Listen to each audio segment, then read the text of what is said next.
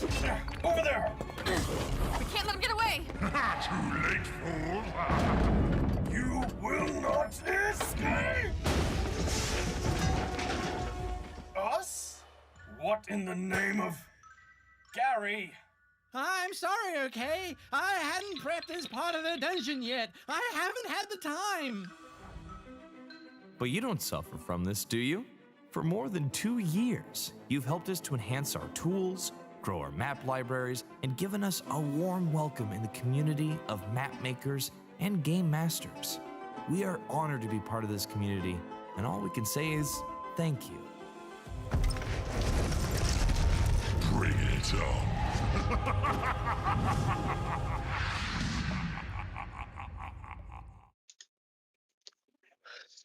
Hello and welcome everyone. I hope you can hear me. I hope my audio is working. If not, please let me know. Otherwise, welcome to another episode of Welcome to the Mapness. My name is Till. I am one of the founders of DungeonFog, and Thursday is usually my map making day because regularly I run my games every Friday. And I use my Thursdays and the stream time to draw maps, and while I'm doing that, answering your questions. Today, however, we have a little special guest. Janet and hopefully Dimi from World Anvil will be joining us later. They're still running their own stream at the moment. Once that is over, they will hop over here and we will do a review of the honorary mention map of our Masters of the Tool contest. So I think it's going to be about in 30 minutes to 45 minutes they will hop in, they will join. And until then, we will just spend the time and look at some maps that I did. I want to show you something that I have prepped that I'm quite fond of.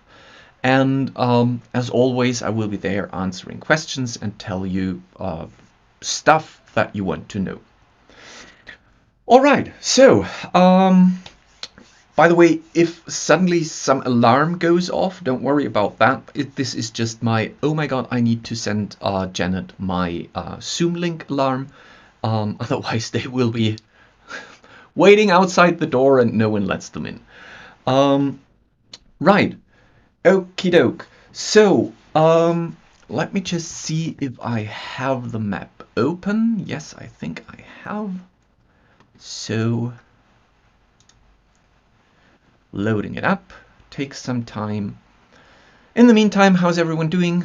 I hope you're doing fine. I have a game tomorrow. I can't wait. I'm so excited. Was the map we're looking at in a minute was part of the previous game. It was quite an epic battle. So I've spent a lot of time prepping that map, and they have resolved the combat last session. And so I can safely show the map now. And now I'm really excited to see what is going on in my campaign. For those of you who don't know, we're currently playing Tomb of Annihilations. We're almost through, like, well, there's probably another year to run until we're really through. But we're playing for 2 years now, so it's 2/3 are done. Okay, here we go. I can't remember. Let me know if I've already shown that map before. That one is loaded. Let me see. The other one is loading up. All right. Perfect. Amazing.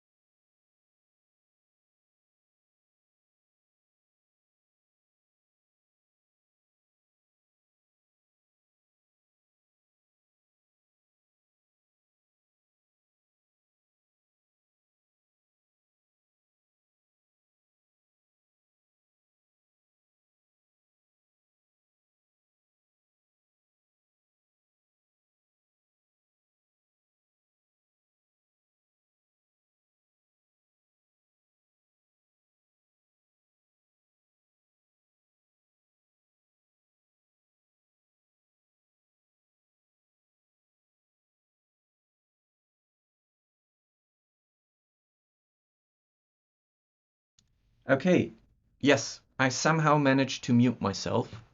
I have no idea how. We will see. That might pose a problem when well, Anvil is joining, because one of my inputs broke. We will fix that in a minute.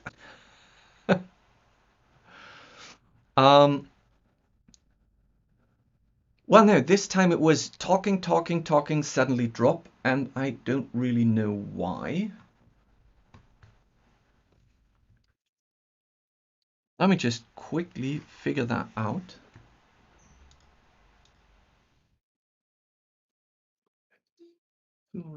Cam link.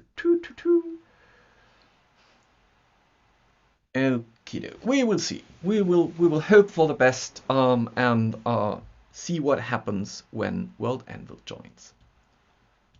All right.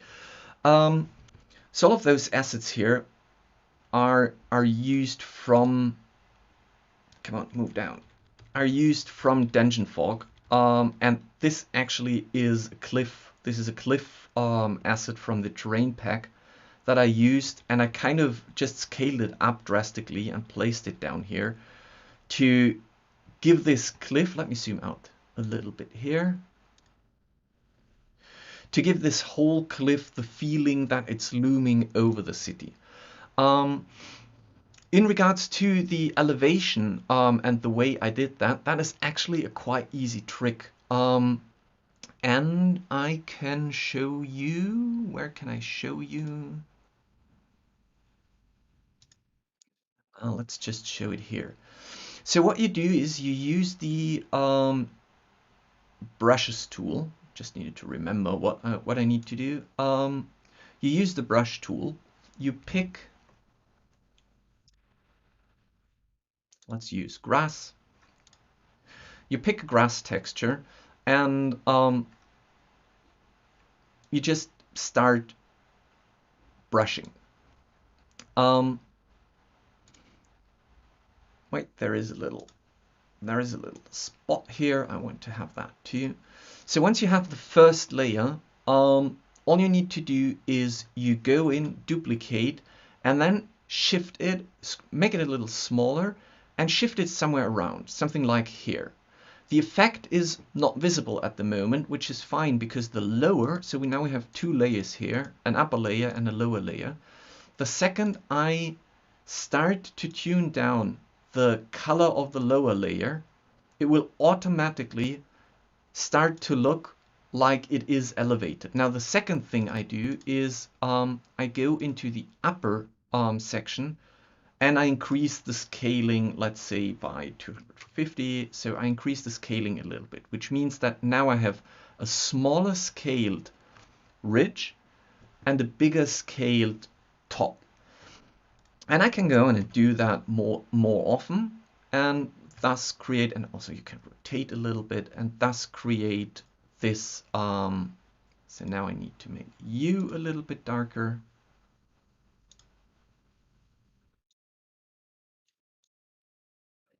Thus create this kind of blending.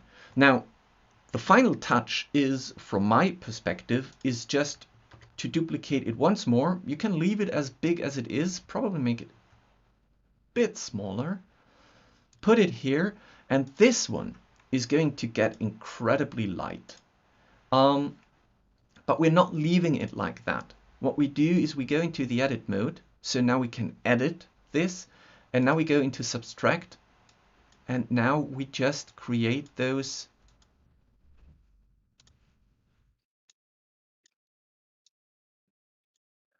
light areas. This one is too intense at the moment, so I can go down with opacity a little bit. I think I can still go down a little bit. There you go. And now I just refine it. I just go in and I say, okay, maybe here needs to be a little light section. Maybe the whole, like if the light is coming from this direction, all of this should be lit, and opposed to this should be much less lit here.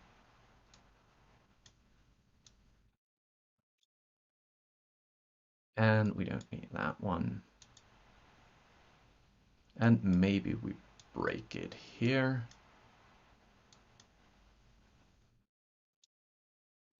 There you go. And now it starts to look like it's elevated. Now if I take the floor texture and just pick the darkest one, this is really dark. But it has to, no, just a little bit. And it actually should be smaller than the rest, so scaling 100. This now looks stupid because we're so far zoomed out, but when you go into 100%, 180, yeah, there you go.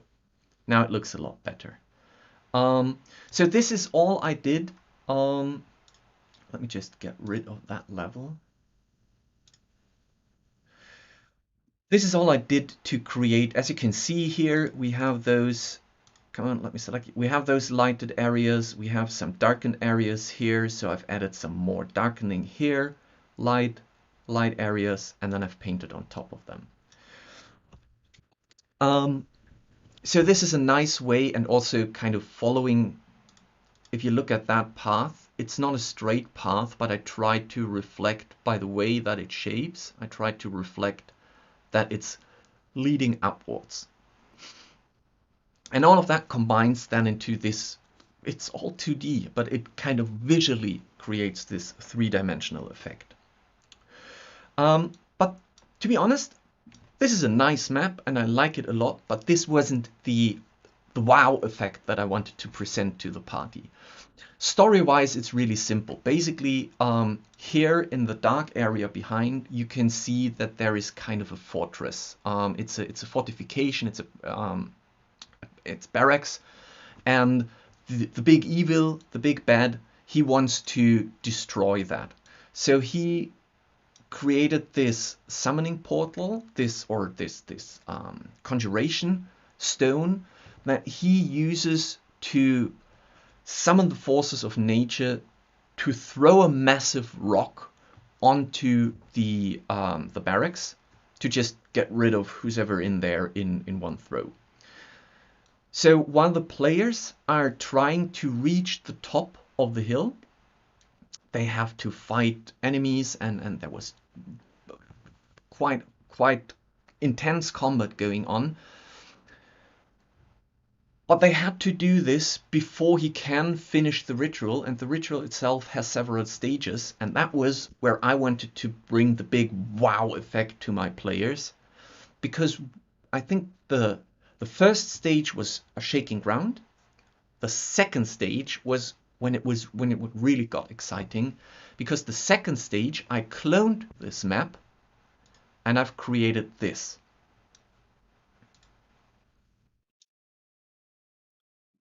So as you can see at the second stage, the whole cliff starts to break off and starts to float slowly over the barracks until the big bad will then finish the ritual, cut the connection, get out of there, and the whole thing kind of Age of Ultron style goes down on the poor bastards below. And I think it was a big challenge to get that visually working, but it was so easy to do, because all I did was I took the shape, I duplicated it, and then I've just deleted and added those points so that it still connects. Like the shape is the same, as you can see. I got rid of all the room points. There aren't many, if you can see. I just got rid of all those room points here, and then started to create the break line, which meant I had to duplicate this shape once. So we have this shape, the original one, as you can see, and the duplicated one. And then all I did was I recreated the room points. They aren't even exact. They don't have to be, because it's breaking off. So this corner doesn't have to match this corner. All it has to do is has to create the visual effect of a floating giant rock, and there should be ways for your party to still stop the ritual. And so I created those floating islands here, and just played around with light and shadows, because this is, as you can see, this is one shape. Those aren't, or one room. Those aren't two separate rooms. I just added, let me just move that away. I just added a little ridge here, a little cliff.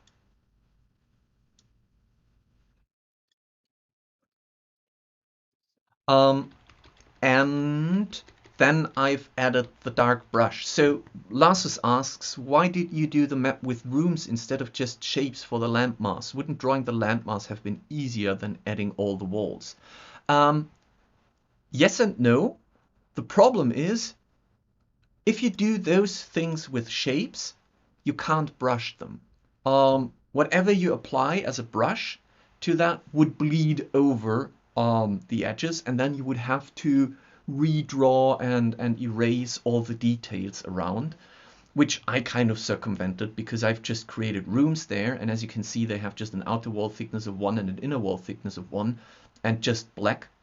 So I created a flat, technically a flat surface using the room tool, because the room tool has the restrictions of whatever you put in a room stays in the room. That sounds familiar. Well, it sounds like a Las Vegas motto. Right. Okay, there you go. So it was a lot of fun playing that map. It was everything that I expected happened. They realized that the big bad is held up in a ritual, so they had to, because we had some flying creatures attacking and a big like a mini boss before that they had to deal with first. So I was able to go through phase 1, the earthquakes, the shaking, and the cracks that are appearing. They realized, oh wait, that is not good, we should do something about it. But at that point I had enough minions on the map and enough of their attention to keep them busy with the mini boss, with the UNT anathema. And at the point where we got to the point where it cracked, broke off, and started flying towards the drop zone, and that was when they decided that now it is time to act. And it was quite an interesting kind of chase combat where they had to dodge over those little platforms. They spend a lot of spells before they even encountered the boss to do kind of Misty Step and other stuff to get across there. And then they had to fight the boss, which actually wasn't that exciting at that point. I don't know, I can't remember. I have to rewatch it because I've now started recording those sessions just for me personally, so don't have to take notes. I feel like if I remember correctly, he's not really Surasni isn't that big of a bad if you play him by the book, and he's more, although he's a paladin, or he used to be a paladin, he's not that close combat versatile. So they've beaten him down quite fast, and so I had to let him flee, but they chased him down, and if I remember correctly, they killed him at the end. But they have split the party because not everyone can fly in the party. So those who can fly, they chased him down. The other ones stayed back. So we're going to see what happens to them. We have a split party situation. which I don't really feel. How do you think about split parties? I'm like, from a GM perspective, they're interesting, but they're extremely stressful if you want to keep the attention of everyone on the table. I always feel like I'm in the director's seat of a TV show where I'm like, cut to this camera, cut to this camera. So I don't know how you feel about that, but I'm not the biggest fan of split party situations. Right. So this was the map that I am really proud of. I think it was an experiment. I wasn't sure if it works, but from a visual perspective, I find it quite interesting. I like it a lot. By the way, I faked this shadow. If this one is casting a shadow, I've tried that. It just looks stupid because it's doing the opposite because of the it's still an emulated or simulated shadow system in here. So it is doing the opposite of what I was hoping for. So I just basically went in there and said, okay, if it's not casting the shadow that I want, I will draw the shadow.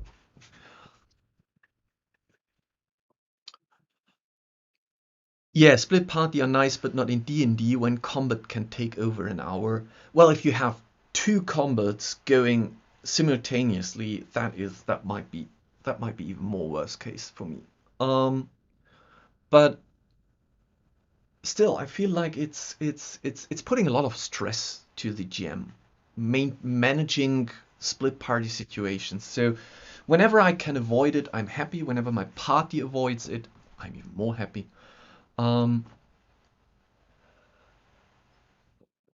Right. Are there any more questions from your side? Is there anything you want me to show? Because if not, then we can go to another map that I find I think we've been working on the previous map on Tuesday, but I wanted to show you the finished results. And for those of you who haven't been on stream on Tuesday, we can look at that map as well, which is, let me leave that one. I do want to save. No. The back end from the Shire.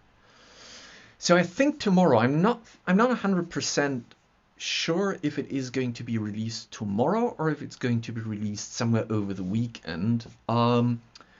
We had a little collaboration with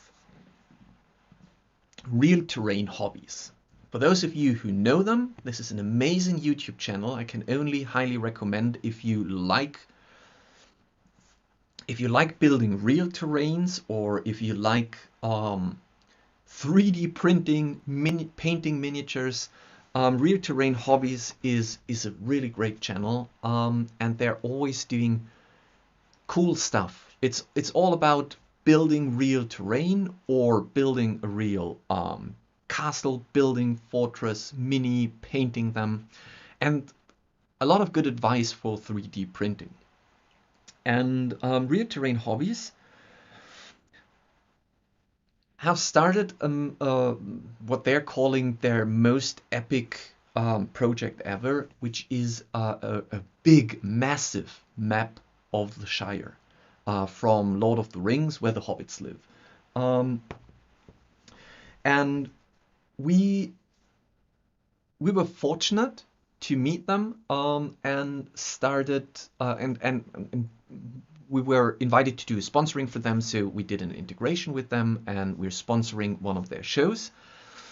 And while we were talking about that, we learned that they are doing the Shire thing, and I was like, do you have, like, you're building the terrain, but do you also build the inside? And he was like, no, we're not building the inside. And I was like, well, how about we're not doing the regular, oh, you're sponsored by DungeonFog, but we're building a map for you that kind of fits into the general theme of the terrain that they are building. And so I had a lot of fun because it is interesting. There are a lot of blueprints out there, and I mean, they're from the set studio pictures of how the how the map looks like. But of course, the blueprint, which is in, I think in the original official wiki, you can find a blueprint of Baggins. But the set pictures, they're all, of course, they're all from a camera's point of view. So taking all of that and trying to work your head around how this could reflect in a mapped version in DungeonFog was really interesting. And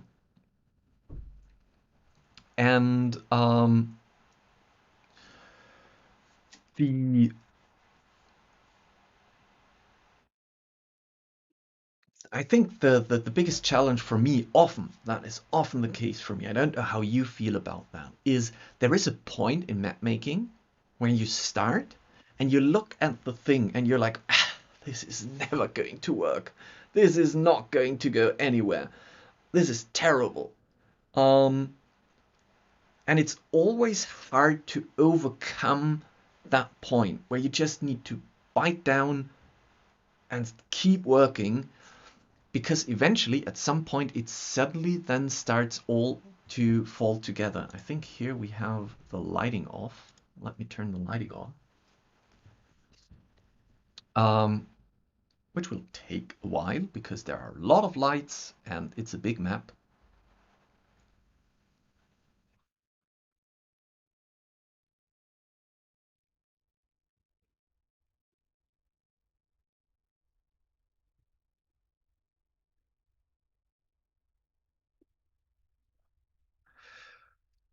Thank you, Anna. Anna says, totally agree. Map making is persistence. It is, and it is. I can tell you, even for me, it is so often. If you go back a few weeks, we have been making a map where I did this tunnel, this giant hole, this pit, for one of the. It's one of the maps from the Fane of the Night Serpent areas of Chult. Omu. And you get to the point where you're really not certain if that is going to work out at the end or not. And the kind of the doubt kicks in and you're like, maybe I should leave it. It's not going to look like, maybe I should start over. But I've learned over the past years, I've learned that this is kind of a mental blockade that you're just, I don't know why this is being thrown at you. But usually if you work through that blockade, if you just keep going, you will feel that at some point it completely changes. It shifts back to being really a relief. We say, oh my God, I'm so glad that I didn't stop on that. It worked out at the end. And the same was for here. It was when I started the whole map with all the rooms and everything, doing the layout, and I intentionally did, if you look at that, they're all a little crooked. And I did that on purpose because I felt like Hobbit Home is well decorated, but it isn't. That's just me personally interpreting things, but I feel like they're not. Having 90-degree angles is not their main focus in life. So it's all a little bit. It's all a little bit off. And when I started doing that and I was looking at it, organic is a nice word, thank you.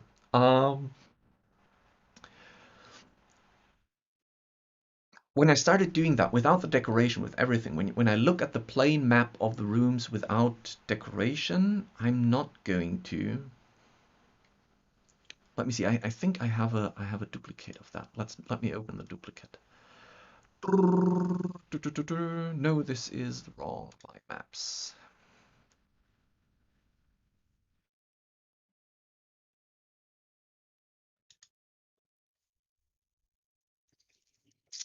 Loading it up.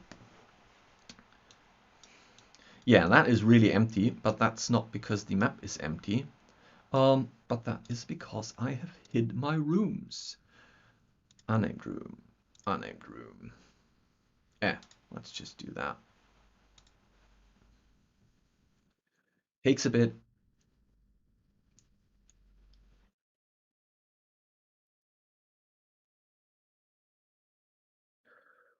Oh, wow, Anna, thank you very much. Oh, there's my reminder. Sorry, let me just quickly turn that off, which means that I need to send my link to World Anvil.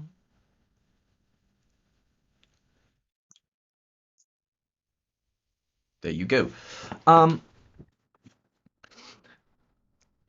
I think it's an amazing map, but it was, again, it didn't feel like that on the beginning.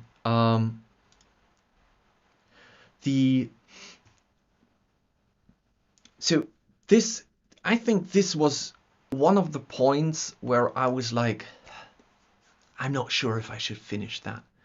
Because looking at all the empty rooms is kind of giving you this blank paper feeling where you really don't know where to start. How do I start? What do I do first? How can I get those rooms working? Because there are so many and I have no idea how should I decorate them. And what I usually do first is I start with elevations. Before I throw stuff in the rooms and I clutter them, I do elevations, which means, by the way, there's a room missing here. Where is it? It's gone forever. Well, that's not a problem because it's a clone.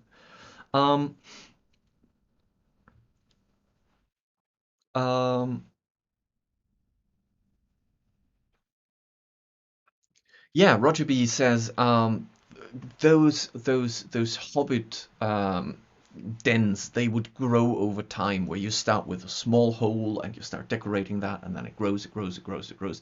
I would assume that this is how it happened. Although, if you think about Back End, which is kind of a mansion in terms of regular Hobbit homes, this might have been kind of built in one throw, or at least in a bigger attempt, trying to use all of the hill that it is sitting under.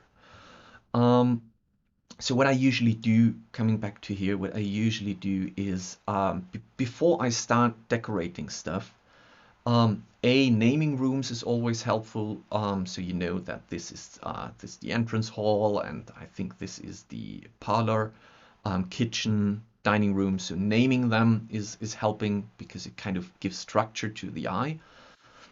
And then let me zoom in a little bit.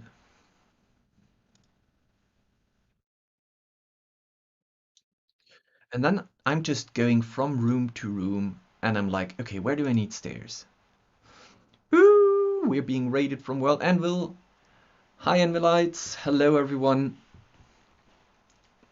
All right, which means that I think in the next minute, Dimi and Janet are joining. Which means that I need to quickly test my setup and make sure, here they are, and make sure that everything is working. Hello, everyone. Hi, can you hear us? Yes. Okay, that's great. Give me a second. I need to bring you in properly.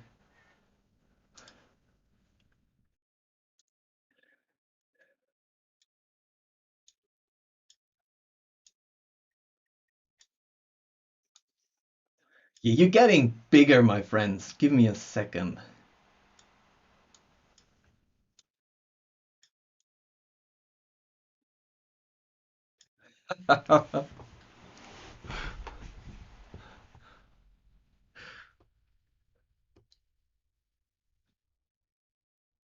Okay, give me a second.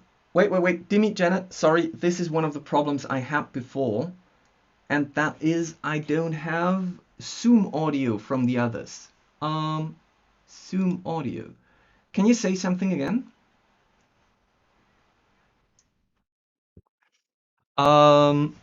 Yeah, sorry guys, one of my cable broke and I had to quickly throw things together, which means that I need to figure out how to make this work.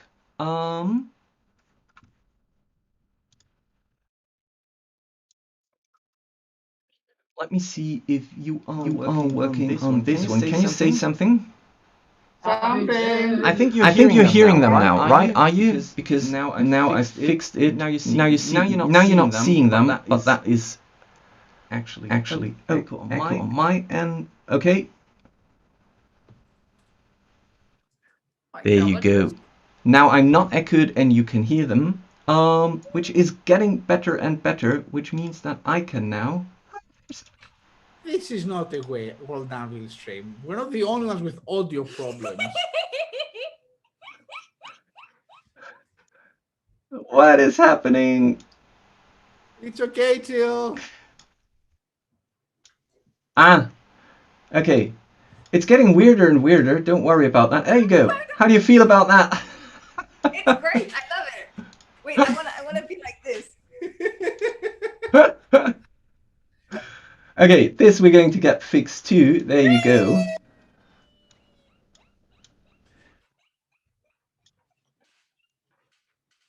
Look at that. Akimotos.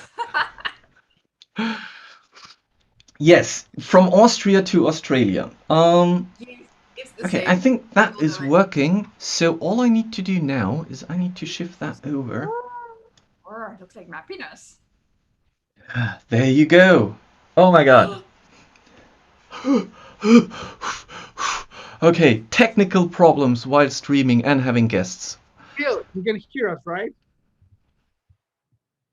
Till? I can hear you. Yes. Damn it! You scared the hell out of me. I was about to say we came here with about 100 people, but I wanted to say that before we just ended, I saw that Anna is here, Anna B. Mayer. So I would say, hello, Anna. It was long time no see. Nice to see you. It's just me now. You've been cut out. Yeah. I'm sorry. I had to shift around one more thing. And now you're bigger. You know what you need. We're going places. Don't worry, it's more travel that we've done since COVID started. We're very happy.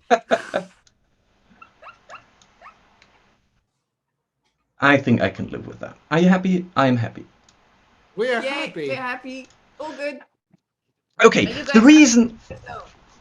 the reason why you are here tonight is because Janet, you have been, and I think Dimi, you were kind of the voice in the back when we did the jury judging. We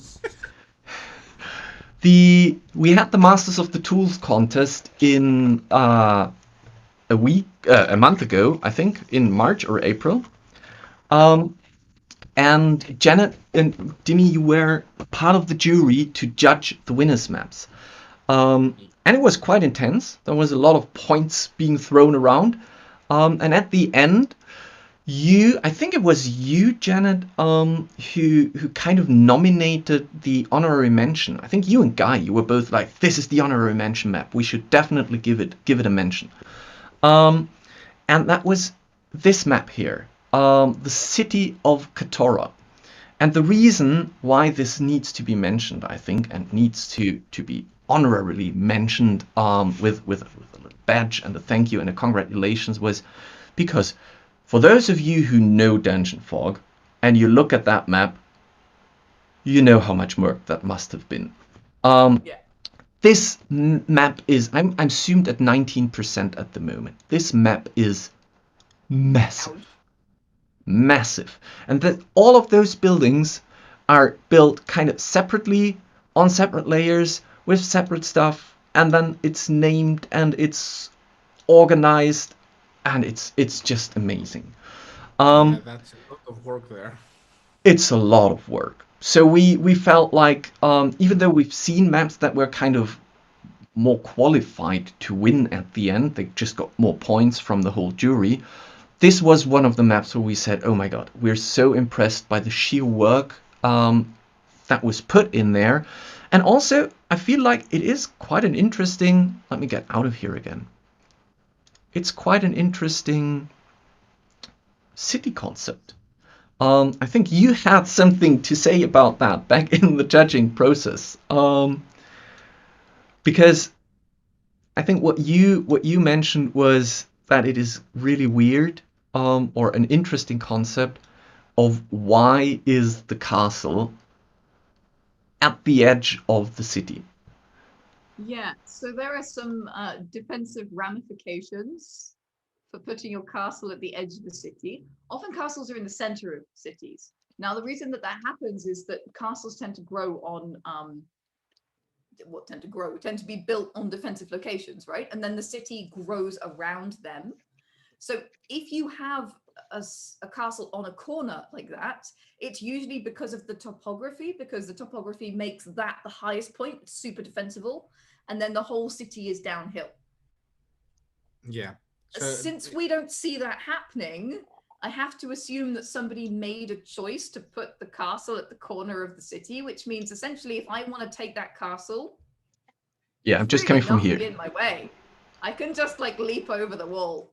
Well, I can just break down that nice corner wall, because corner walls are very susceptible to being broken down. And yeah, with my siege engines, and just like, hey, the castle's mine, because there's nothing in the way. There's no extra curtain wall, there's no ditch, there's no moat, there's like all of that defensive infrastructure.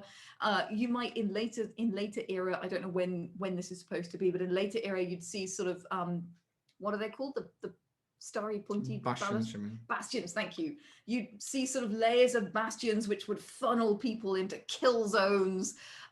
Like there's so much cool stuff. If you want more information about this instantly, guys, go have a look at the island of Malta, and specifically the city of Valletta, thank you, which is literally built as a massive defensive point, and it's all in there. Interesting enough, in Valletta, the major fortification building is at the edge of the city, but there is a reason for that. Yes. The reason for that is that although the Grand Master's Palace is dead in the middle of the city, the actual fortification is at the edge, because the edge controls all 4 possible ports from a single location. So the only reason they put it there is because, yes, now you're getting there now. Yeah, exactly, because now it controls stuff.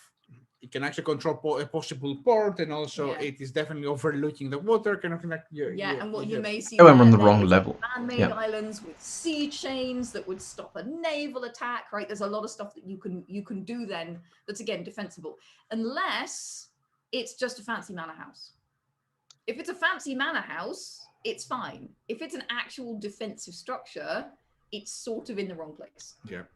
And then we get into all of this fun, like, you know, historical defenses. How do we make it hard for people to attack this thing?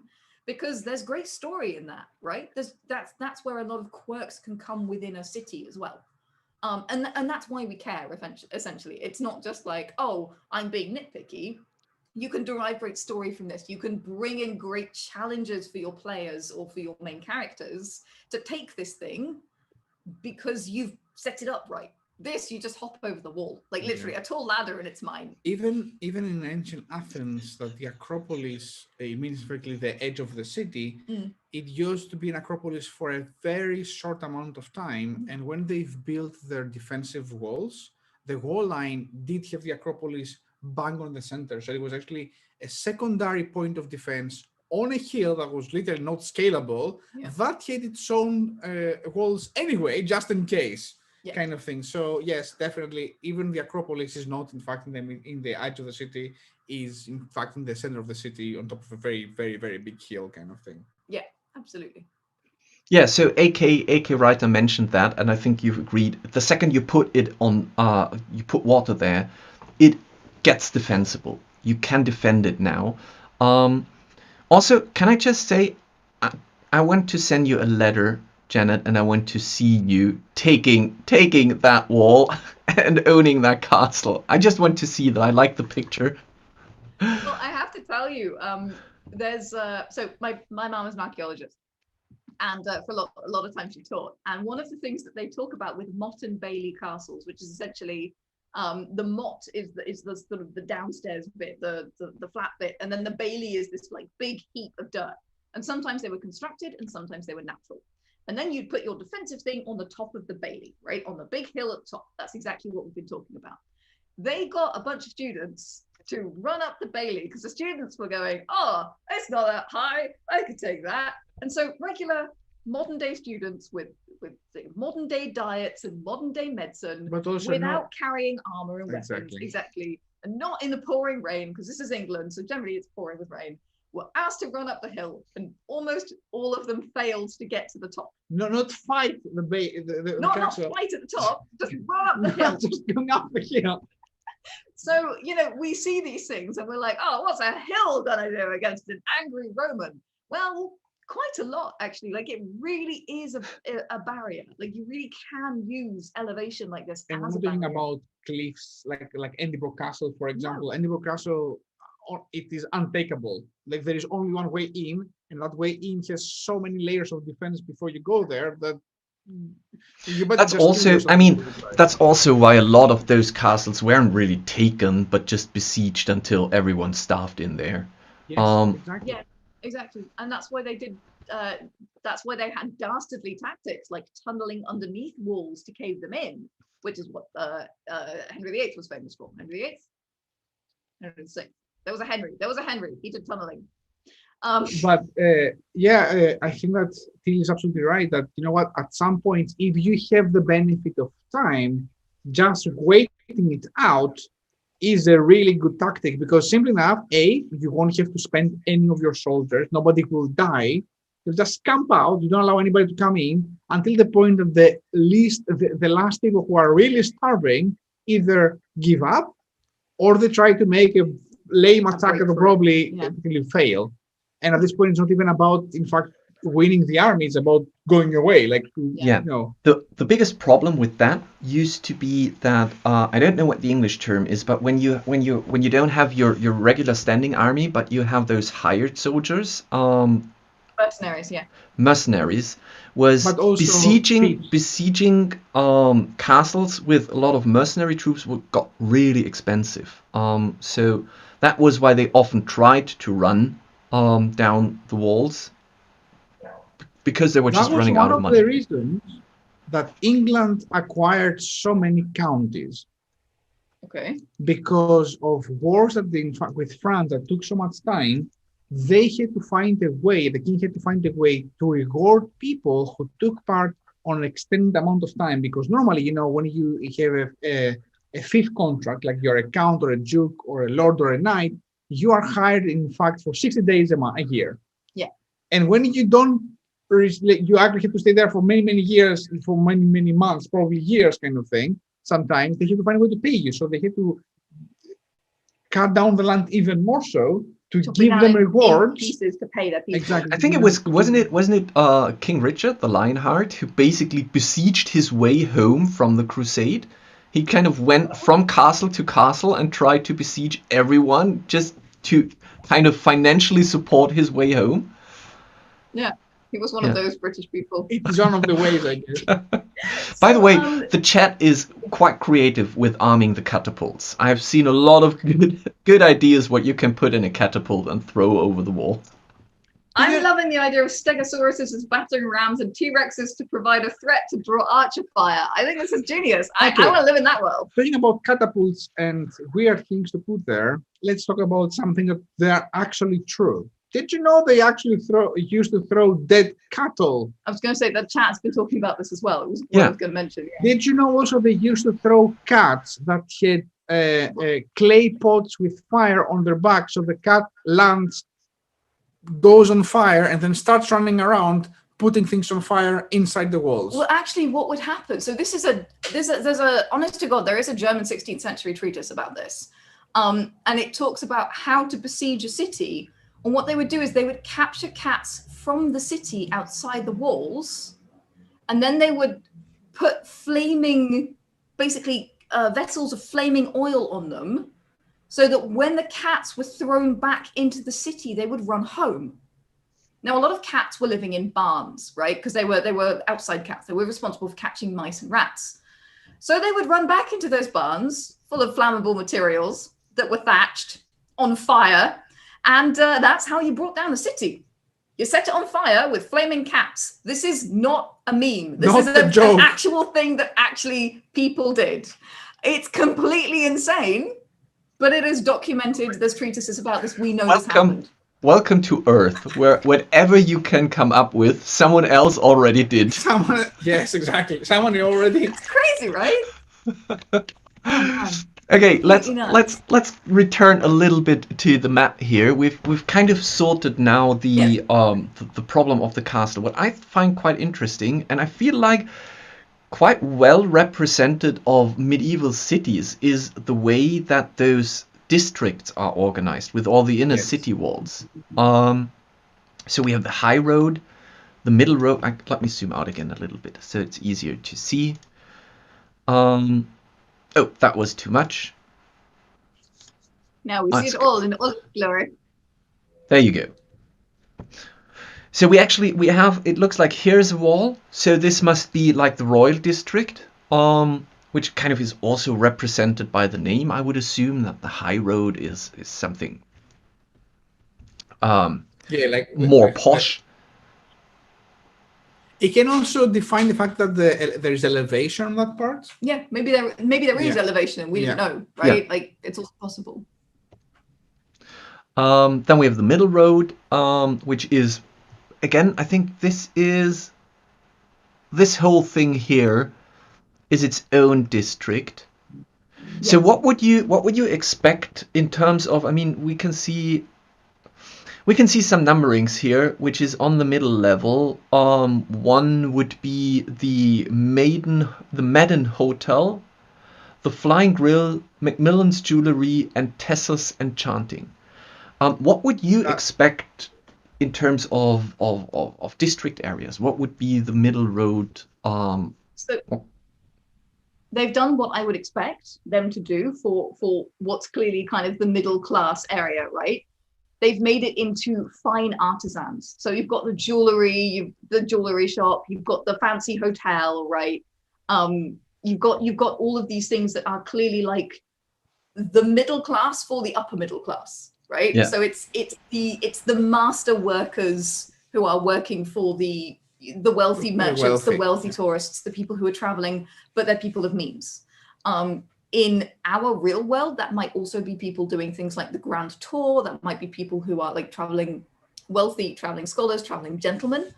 That's sort of who we'd expect to meet in that area. And then in terms of architecture, you'd see stone houses rather than wood houses, probably. It depends on the time as well, like depends on what and the area and materials. But I wanted to say also that districts, although are characteristics of some medieval towns, also denote the fact that the town was designed, not created out of a village that became a town that became a city. And that is, in fact, a very important distinction for cities. Because, for example, Valletta is one of the cities that was literally carved and organized before they have laid the first there was civil planning, essentially. Exactly. But London does not comply with that at all. London is a freaking mess of small villages being connected because they spread within each other, essentially. Just lend its way out in chaos. The only structure that London had was in the city of London because it was built by Romans. And Romans carved roads before anything else. And Romans set specific locations because they knew essentially, the whole idea behind London was actually, let's build it between two very big hills that are protected on one side by the castle, the London Tower, which was to be essentially citadel back then. And then you have three rivers that went horizontally on top and bottom of the hills and one in the middle. Yeah. That was how they built London. Everything around it just randomly expanded. To be fair, there was a certain amount of rebuilding after the Great Fire. That's 1666. But that's already a relatively modern era. Like that's the Baroque era. That's Enlightenment already. Right, 1666. So if you take Vienna, one of the interesting parts of Vienna is when you walked through the inner city, you can see somewhere they still have we have remains of the old city walls, and they have created a lot of plaques and info areas where you can see where the old city walls were. Mm-hmm. And it is mind-blowing how small, how tiny the original Vienna was. I think you could walk around the original inner walls in about 2 hours. Like you could just circle the whole city of Vienna in maybe less, maybe 1.5, 1 hour. That's not, I was about to say, honestly, 2 hours already sounds a lot. Because you have to understand that walls costed a lot of money to build. It's not a simple or cheap work of infrastructure. And the bigger your walls, the more people you need to man them. So that's also more expensive. Exactly. So most of the cities would have a core that is protected by one level of walls or two levels of walls, or effectively a fortress that is surrounded by another wall. And within those walls, there will be a very high density population to the point that, for example, Anvil that we just discussed, it had 4 and 5 levels of housing from medieval times, and it was so bad the situation that started actually digging under, and they had multiple levels of people who were living underground pretty much their whole lives. In the 18th century, still, they had people who had no windows because they lived in basements. Yeah. Like sub basements. There are some areas in Vienna where they had at least some kind of basement windows, but you can see that it was like constructed in the lower areas. So all you can see is when you walk the main street, you have those shafts left and right where you can look down and you can see that there are still apartments in the lower shaft areas. At least there they had shafts. In Edinburgh, they literally just created coves in the soil. They were just going down and building down. They had not only people living there, they had workshops, they had like taverns all underground, because, as we said, it's cheaper to build down, especially if you're building mines and quarries to get the rock you need for the stone, than building wide when it comes, because it works as a circular, right? Like adding a little bit of a periphery maximize the cost incredibly. And that's why it's actually, you find out that they don't grow necessarily in a radial shape, like essentially, you build this castle, and then you build something around, and then you build around. You'll have a city that has a wall, and then you will find out, okay, this part of the city was built outside the walls, but now it becomes very important. So we'll just create walls around that. Extra curtain around that. Exactly. So you have an extra curtain, and then at some point, maybe you get, like in some very big cities, another external wall. Yeah, it's interesting to see. I think there are. I've seen some of the time-lapse simulations of city growth where you can see that it basically, it's sorry, there are my hands. It stretches along the roads, the main roads. That's where it first expands, and then, as you said, it's kind of building those bubbles where it's kind of being walled. A new main road extends, and then the same thing happens with the small towns around. They grow at the same time until they finally merge into a big city. That's, for example, why Vienna. I'm not sure how London is, but I think many cities have the same thing. That's why the districts in Vienna are basically the old town names of the towns the districts used to be. London, I think it's 17 towns that got merged together. So there's City of London is 1 mile.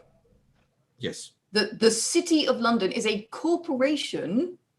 I shit you not. From ancient times, it is a corporation. I think it's still run by the guilds. It still does. Yes, and it's 1 mile in the center of London, and that is technically the City of London. And then everything else is like random crap that London ate on its way. London is a giant ooze that just keeps eating stuff around it. So Putney and Borough and everything, literally everything, like Ealing, Bermondsey, all of Chelsea.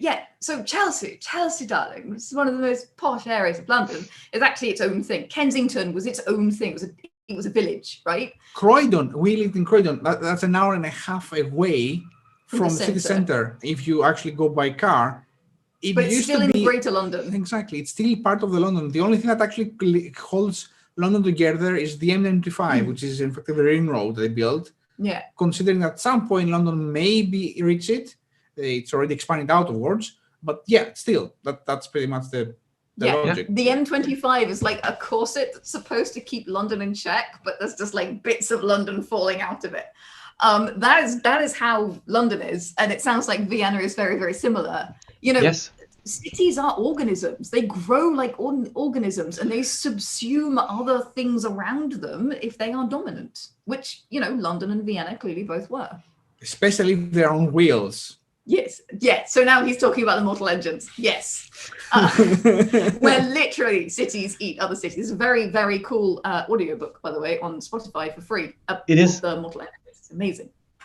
It was quite interesting to read. I read the books. They're a lot stronger than the movie is. Oh my gosh, yes. The movie is so at best. Yeah. Which is a shame. The world building is very interesting, but they kind of nerfed it in the movie because they turned it into this like soggy romance, which it's never supposed to be. Well, it was still, I think for me personally, it was a little bit hard to swallow, the whole moving cities built on giant engines. But you know me, I'm not the biggest steampunk or tech punk fan, so I'm like, okay. But in general, when you get used to the story, I can highly recommend the books or when you're used to the world building, it's amazing book series. So basically, we assume that this was then the kind of the main city, the first city, expanding through the middle road, which we say is the artisan and wealthy area. And then we have the low road, which I think is exactly what we expect. Let me show here. Wizards College. That's an interesting choice to put in the low road. The smith shop, the I can't spell that. Apothecary. The Lono Rest Inn. The Cultured Hound Pub. The Office of Law. Well, okay, I would expect that there. And the Adventures Guild, I would expect that too. The only interesting part is that the Wizards College seemed to not sit. It depends on how do you consider wizards. I was going to say, it depends on the reputability of wizards. Yes. If they are filthy hedge wizards, we don't want them in our high road, do we? So yeah, like, honestly, that's a fascinating little detail like nugget of world building. Like that makes me go, how do they see wizards? Tell me wizards, more. like, are they as filthy and grubby and full of ill-gotten gains as adventurers? Right? Because they're both in the low district. But it does sound like this is a very fancy town. I would also say that if you're within the walls, you're either working for the rich people or you have enough money to be in the walls. So the low part might not be as low as we consider it to be. Like there will be slums around the city. There are always slums around the city. That's how around, but outside, Yes. Yeah. But if you consider, so George R.R. Martin put in King's Landing, he put Flea Bottom in there, which is essentially supposed to be East London, right? Like it's Limehouse, it's the meat market, it's where they sell the fish, it's the grimy, gross bit, and that is still within the walls, and it which normally you wouldn't do. Correct me if I'm wrong, but I think that East London was still within the walls of London as well. No, it wasn't, because the walls of London were finishing at what is now the Tower of London. That was the corner of the. Yeah, but that's well within East London. That's what I'm saying. It's within, I think. I know. It's right. It's actually literally outside London, outside the wall. Oh, okay, there we go. Interesting. Sorry, I was about to say that effectively most of the times, grimy and disgusting things like leather workers, limes. There would be two things that you know. First of all, they're outside of the city. Secondly, they're definitely downwind, because they're upwind. Oh my God, there is stank there, and nobody wants that. And also preferably down water. And down water. Exactly. Because if you're not down water, you're gonna be drinking this shit, and nobody wants to drink this shit. Will be dying very quickly, very quickly. So yeah, this is things to consider definitely for locations in your city, like this kind of dark industry, like disgusting industry, is always outside of the city. Yeah, totally. Or things like clay, because clay probably first of all needs water, and secondly it is very dirty in terms of what it produces around it.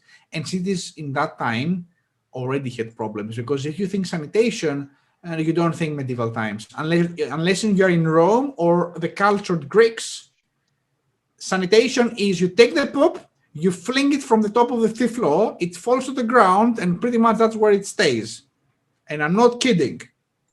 That is not a joke. That's exactly how we did in Edinburgh. In Edinburgh, they had to build the streets actually diagonal, so they actually have a way to funnel it down, so they fall out of the city eventually as the slow muck was going downwards. Yeah. It is disgusting. It is, but it's a really important part of city building. Yes. True. Oh, we have Guy here too as well. Guy, come also. Oh my God, Guy! Hi. Hey, guy. Hello. We're talking about poop. We're talking That's about why you poop. came, right? That's yes. It always happens eventually. Yeah, we're talking about cities and how to build them and what kind of things you need to think about. And this is a great city too. Yeah. It is an amazing city. It also feels like the shape, the general shape, it very much reflects that organic look and feel of how a city would grow, yeah. which I find personally really hard to do. Like from a visual standpoint, creating that. Just before you joined, I was talking about this this blockade, this blank sheet blockade that you reach at some point, and it happens to me as a map maker as well, where I create something and then suddenly I'm stuck and I feel like this is never going to work out. I'm not going to finish this map. And you have to overcome that. And creating good looking organic shapes is really hard. So nicely done. The way I do it when it comes to this kind of maps is that by start almost like a Roman and say, look, I need to build a city. This city is, for example, a fort, or the city is a manufacturing area, whatever this might be. And then I start by saying, okay, this is how the original planning took place. Yeah. They needed a road to go through the city. They needed the important government buildings to be at the center. They needed probably the workshop, if that's essentially a workshop country, city, to be around there. They will need some entertainment. So you build essentially the core. Yeah. And you say, okay, that's how it started. And then I start weaving the story. Like I literally built from what they had outwards. Okay, some people came, they need to go somewhere, they put them there. And then some other people came, and then this got burned down. So actually that might be replaced by that kind of thing. And then you slightly, if you don't have any more strict control on city building, you see, in fact, the original plan being broken down. Like you see really things that were not supposed to be there, or they were not expecting to be there kind of thing. So, and that's by building like that, like following the story, it's always easier because you know why you hit it there, or the fact that it was a mistake to begin with. And it's fine, mistakes happen. And honestly, that gives you your names. So once you have that, you can be like, oh, this is the new whatever, because you know the other one got burned down. And this is the so-and-so quarter, because all of these people arrived at once and we had to put them somewhere. So even if they are not people who live there anymore, it's still known as the whatever it is quarter, right? And then you start building a lot of personality and ideas into your city. And this literally just comes from a sort of mental exercise of what if, right? Like what if these things happen? Like a good example would be in Thessaloniki, the city that we're in. The now district of tavernas and clubs and everything like that, like just like the beautiful place that's also all pedestrianized, but it's built in very old locations. It's called La Vadica, which means the oil warehouses. Because it used to be that. It was Sorry, right I just by have the to port. quickly interrupt you. Michael is also here, so let's say hi to Michael quickly. Whoop, whoop, Whoop. Hey guys! It was an amazing game that you've played. I was watching a little bit, and it was a lot of fun. Lauren was GMing, and it was nicely done. Yeah. I was told there was an overground railway for the dwarves. Which was such a beautiful idea. Just absolutely adored this concept. Freaking awesome. So essentially they were doing the underground railroads, but because it was of dwarves, it had to be reversed. So it was reversed. It's an overground railroad. Overground railroad. It's amazing concept. Like it was like, oh my god, this is the best thing ever. Yes. So quickly coming back to city building, I think what helps me to do that stuff is to pick. Usually you have one start point, which is maybe just the long house that the Vikings have built to stay dry when it rains, and from that small huts appear around that. What I then do is, because I tend to start creating rasters and grids and kind of I'm too over organized, is I just pick something like, for example, this building where I say, okay, this was one of the outposts where they had to, I don't know, where two roads were meeting. So there another city is. And as we talked before, I'm trying to then grow those 2 or 3 spots that I create. I try to organically grow them together, because that is much easier than thinking of a like in France, in Paris, for example, those star-lined main roads. Yeah. Paris is a very unique city. Also, those are very late. Yeah. Yeah, like Paris, first of all, was a Roman city to begin with. Yeah. And Paris has changed. I don't know if you know that, but Paris has changed a lot because at some point the Roman city got attacked and they did not have any walls, and they were like, shit, what are we going to do about it? And you know what they did? They have dismantled both the hippodrome, the amphitheater, and the market they had, and they built with those things the walls. So effectively, they have literally dismantled the whole of the Roman city to build walls around it. So that made the city completely like lose its shape and actually because you know the amphitheater is not just the amphitheater; it's the center of the cultural center of a city. The hippodrome is a stadium, is effectively all the athletics. There are things that are living and breathing around it, like essentially market and specific shops and means that have their livelihood. When you dismantle those, you completely ruin the economy of the city. Like you are changing the base of the city. So yes, but you have walls, which is important. Yeah, so you can actually live another day. Exactly. Yeah. Also important. Trying to take your city. Also important. Well, what do we do? Do we want sports? Do we want sports and arts, or do we want to live? Choice. And somebody will be like, Munich, yes.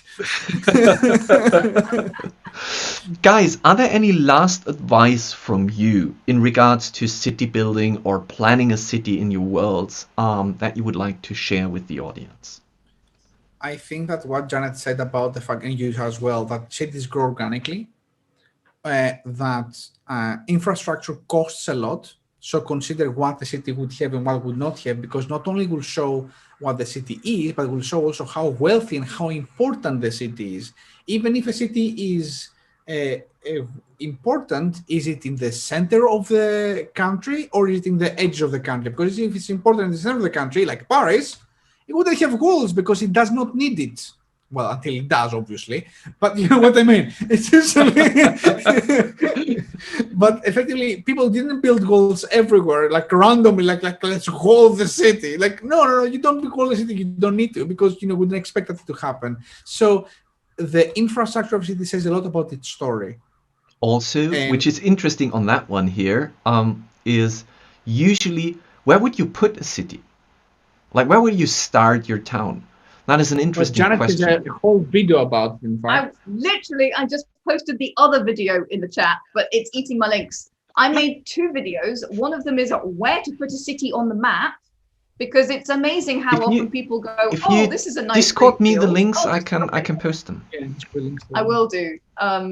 So yeah, this is the one. Everybody can see your stickers. Yeah. Hide your porn, Bill. But yeah, no, it's absolutely right. Putting a location on the city and what the city is compared to its location, it is extremely important because it changes completely how the city will grow as well and what exactly. Yeah, so one of the interesting parts here that I know was that there isn't a river. Usually, you would build a city near water, and or with an aqueduct. Exactly. If your culture or if your world has discovered that. Then yes. So we've added water here. Yeah, go on, sure. No, I was just going to say, so I made 2 videos about this. The first one is where to put cities on your map.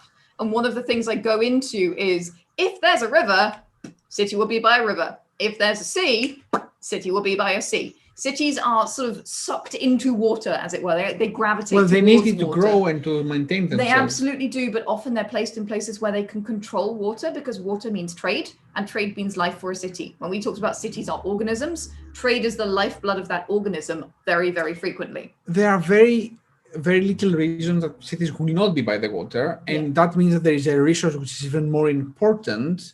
Yes. That they need to move there. And that's what I go into as I talk about things like resources and boom towns, which you see a lot in the United States. But that's in the future as well, because in the future, so much you have much more advanced networking in terms of water and things like that. Potentially, yes, but you still see boom towns even in earlier times. Like you saw boom towns during the discovery of America, right? Sorry, I don't know the term. What is a boom town? Oh, so a boom town, you know the gold rush? Yeah. Where all of these towns popped up around areas that were supposed to have gold. Those are boom towns. Okay. And you see them around all sorts of resources. You see them around mining towns. You see them Yes. around whaling. The whaling industry had boom towns. Anything where people think that they can make money quickly, they rush there. Suddenly there's a town. So these are called boom towns because boom, you got a town. And then they disappear as well, probably. They can, yeah, absolutely. If the resource is not sustainable or if industry changes. So you see this, a lot of coal towns are now much less important than they were because coal is much less important. So that's all in where to put cities. And then I did another video, which is about how to grow your cities, essentially, like how to world build them, what to think about. And that's actually really going to help you with the map stuff, right? Once you've decided where you're putting it on the map, that's going to help you with this level of map. Things like, what do I have to think about? Where do I put stuff? What are things that are going to define the feeling of the city, which is going to define what it looks like, essentially, like what literally what you need there, what you're putting on the map, everything else. So I think that when it comes to map making, especially with something like DungeonFog, it's important to have their buildings and locations that talk about the story. Yeah. Like your city is there for some reason, and it has a story. This should definitely be shown on the map because honestly, that's what makes your city interesting and different from other cities. Yeah. Just building a city won't help you really, apart from having one city. But if you build a city, for example, with a massive statue in the middle or with a massive hole in the middle, people will say, well, why the hell there is a hole there in the middle, kind of thing. You know, like the kind of thing that will make them unique. And since we're talking about battle maps and city maps and player maps, right? That's the kind of stuff that's going to make your players remember that city. And it's not just another fantasy city. They're going to ask questions about your world. And that's what you want. You want them to be going, oh my God, what's this doing here? Oh my God, this is so cool. Oh my God, do you remember that place where there was a massive crater in the middle of the city? They might not remember the name, but they'll remember the place. And that's what we're looking for as game masters. We're trying to create experiences for our players and things that are memorable, right? And engaging and exciting. And if there is a city and there's history, there's going to be an inn, probably, we're talking about fantasy locations. Inns, and as now with reality, tend to be kind of small mirrors of the city they live in and to actually talk about the city. So anything from the photography of the city to, for example, Photography of the city? Yeah, so the drawings of the city, which is the what's in your face thing, to, for example, statues or things on the wall in the pub, the name of the pub or the inn itself will in fact talk about the story. So if you have a city, don't call it the old dog. Think about what from the story of the city would have inspired the person who created that location to call it that. Yeah, I have a question to from the chat to Janet or Dimi. You mentioned travel between cities. Any suggestions for those, and what landmarks would you see along the way? For instance, way stations or something. What about the Silk Road as an example? So the Silk Road wasn't really a road, so it's a bit harder to define. It was pretty much it was a trade route. A travel route with lots of boatage. Yes. But I would say that, first of all, if a city is a trading city, like Thessaloniki, for example, was, there will always be a very straight road that goes through the city. Because the city was built around this road, because they were supposed to go through the city, and that's where it's going to be. If the city is a port and it also has trade, then it will be a very good connection between the port and the main road. Yeah. Also, cities tend to name their gates based on the larger settlement that it goes to. Yeah. Yes. So that is like a very significant thing you can do. Let's say, for example, in London, you have the Brighton Gate. You've got the Brighton Road because it's the road that goes to Brighton. You've got Oxford Street. Literally, that's what Oxford Street is. Oxford Street is the street that goes from London to Oxford. That's why it's called Oxford Street. There's no mystery there. That's why it's called that. Yeah. So yeah, absolutely. The gates, the roads, you can. And these are the roads that you'll also find transportation functionality. So, for example, trading and caravan parking areas, or inns outside the city for big trading caravans, warehouses will all be on these roads and will actually provide Which connections. also, by the way, gives a great explanation of why, for example, buildings are built in a specific manner and then repurposed later. Because if a city grows, what has previously been probably I don't know, a storage building has been repurposed into a hospital later. So it still has the outside and the look and feel of an old storage building, but from the inside it is a hospital just because it was repurposed. Or it keeps the name. Yeah. Maybe you go to the storage to get patched up. Yeah, because essentially people they will still know that, and if your grandparent told you that go to La Vadica and bring me something, you will still go there and you know it as such. Like, yes, very big monumental things in cities change the landscape of understanding the city, but when it comes to areas, it's harder to do that. Yeah, absolutely. I think another wonderful world building opportunity here is things like shrines, things like weighing centers, right? Because people don't just go from one end of the Silk Road to the other. They've got goods, they want to sell them. If they can sell them along the road, if there are beneficial prices, they will do that, right? It's easier. So they're not necessarily just like, I have to take my haul to London because that's like I promised some dude. Yes, of course there will be travelers like that, but you'll also see people going to markets along the way, selling things along the way. So expect to see weighing stations where things can be equivocated, right? Where they can find equivalencies. Expect to see money changers and money lenders. Expect to see shrines, because do you know what? Travel is freaking dangerous. And if it's dangerous in our world, imagine how much more dangerous it is when there's like goblins and gnolls and dragons running around, right? You do want to give a little bit to the goal to make sure that you're going to be safe from the next city. Yeah. Also expect, sorry. Speaking of which, you may see things like protection. You may see caravans traveling together and liaising for that. Like, there's a lot of cool stuff you can do with your world. And the more dangerous your world, this is a really nice way to show, like show don't tell, right? Not just to be like, oh, it's dangerous out there, but to be like, really? Are you going out without a guard? Pfft, good luck, dude. And then there's like the little guard station where you can buy somebody to accompany you. Interesting enough about that. Because you're talking about Edinburgh has this kind of road. It's the Royal Mile.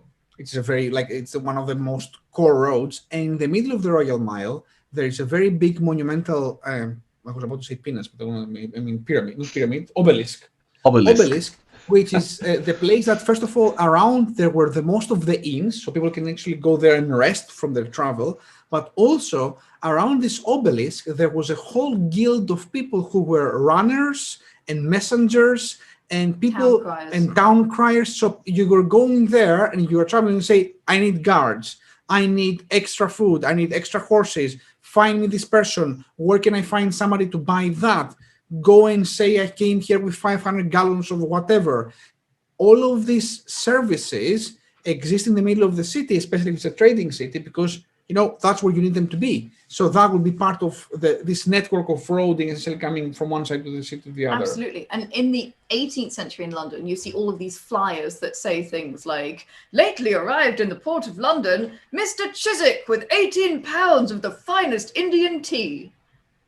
But before the 18th century, when literacy rates were lower, you needed a town crier to do that crap. Yes. You couldn't print it and nobody could read it, right? So that's where things like town criers come in. They're literally traveling advertising. They're a billboard in shouty form, essentially. That's what you need them for. Yeah, absolutely. I'm reading chat in the meantime, and of course. They're quite excited.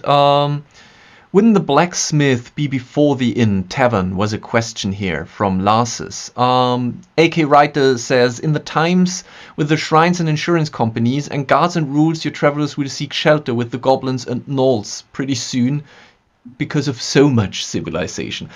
I agree. I'm like, I'll go to the gnolls, please. Can you please move the town crier away from me? I'd like to go stay at the Goblin Airbnb, please. It's not required. Yeah. So I think we've covered quite a lot today on towns or how to put a town in your world. Start start with having a world that makes putting down the town much easier. And then try to organically grow your city and think about, I think the most important tip is don't think about the city as a collection of structures. Think about the people, because the second you know the civilization and the people and the energy and why are they there, what do they need, what do they want, then the city kind of comes by itself. Nobody has just randomly say, I'm gonna stay here. Yeah, that's true. Everybody had the reason. Yeah. Even if it was the good views, or for example, the warm, how do you call them, baths. Things like beneficial waters, water, thermal springs, things like that. Like, Bath was built around that, like literally. It the Romans did this. We know it. Guys, yeah, absolutely. Before we end our stream tonight, I think we should do a collective shout out to something that is coming up really soon. I've been looking at the calendar and it's like, oh my god, that's only MOO weeks away from us. Only MOO weeks away? Only MOO weeks away from us. I like this. And it's our Circle of World Builders event. There you go. So actually, a lot of what we've been talking about today in terms of making your cities engaging and memorable and exciting for your players is what we're going to be talking about, right, Till? Yeah. Yes, exactly. So this is going to be covered. So, Janet, you're the expert. Give us a short pitch of what is the Circle of World Builders and why everyone should attend. Okay, do you want it in Janet is the CEO of World Anvil, or do you want it in Janet's time that's the end of the day? Well, I'll do it in the sit back, relax, and I will do it manner. Circle of World Builders, for those of you who don't know, is on the 5th of June, and it is a collective event where World Anvil, How to Be a Great GM, Kaora, and DungeonFog join their forces to create a one-day stream full of amazing advice, tips and tricks, feedback on how to create a kick-ass campaign, aka how to not be boring. And there will be sessions from World Anvil. What are you going to talk about?